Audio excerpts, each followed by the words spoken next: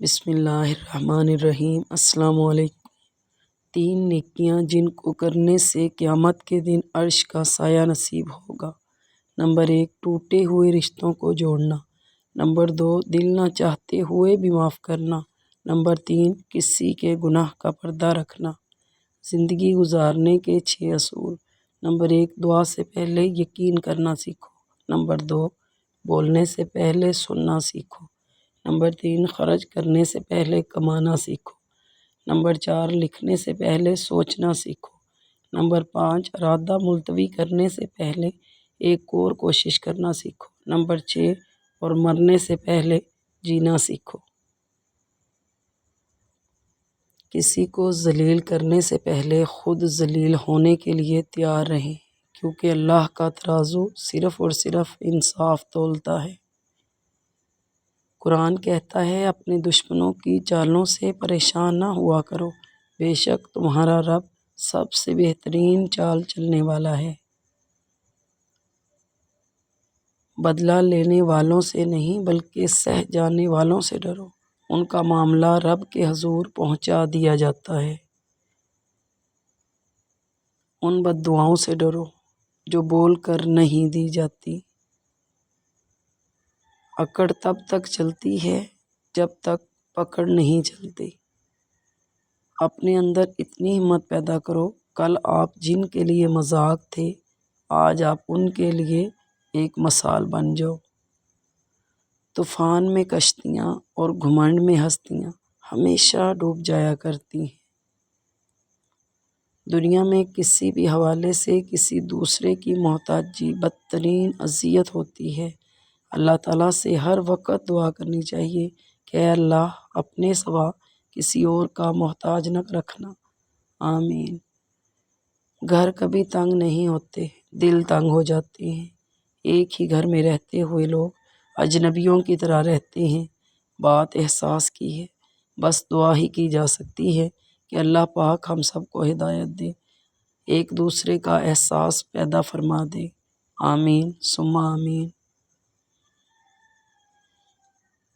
ہمارا اللہ اتنا مہربان ہے کہ ہماری عبادت اور تقویٰ کو ہمارے چہروں سے ظاہر کر دیتا ہے، مگر ہمارے گناہ ساری دنیا سے پوشیدہ رکھتا ہے۔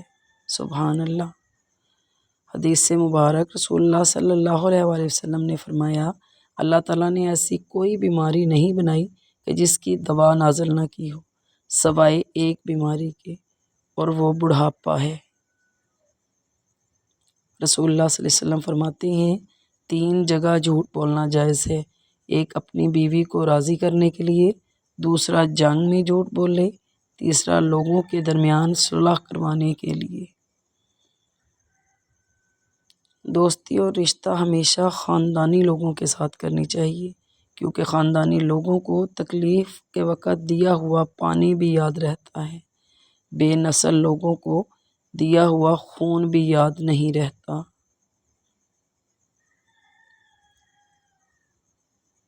جس گھر کے دروازے رشتہ داروں کے لیے بند ہوں، اور جس گھر میں رات دیر تک جاگنے اور صبح دیر سے اٹھنے کا رواج ہو جائے، تو وہاں رزق کی تنگی اور بے برکتی کو کوئی بھی نہیں روک سکتا۔ استغفر اللہ۔